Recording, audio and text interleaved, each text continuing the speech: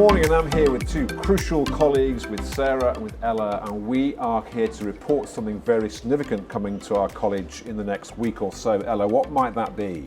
So we are hosting a medical conference with presenters from Adelaide Uni, Flinders and Uni SA, and students from 10 different schools, and it's sure going to be great. Fantastic. This is going to be an event that we've been planning for some months now. Sarah, what sort of things are these universities going to be doing and talking about in the school? Yeah, so essentially we're going to have a variety of workshops looking at various scientific advancements and current medical advancements, and give the students the ability to engage in these workshops and a Q&A panel with these experts from the various universities. So it's going to be awesome. Yeah. Brilliant. So before I come to the Q&A, Ella, what sort of things, both of you, are they going to be talking? We have an example or two, don't we, what they're going to be talking about. Ella, what have we got? So we've got one presenter who's really working on advancements in IVF and how that can become a much more psychologically better experience. Fantastic. Anything else? So one of our workshops is on nanomaterials, so looking at how this can help us in the world of curing cancer and antimicrobial resistance.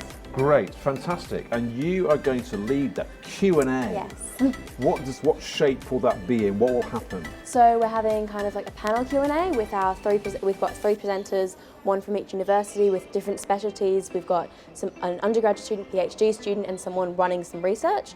And we'll have questions from the crowd and some discussion, definitely. And being an orator as well, yes. Ella, your experience and how that scenario works Yes. and making it into a really rich debate. You're doing the welcome.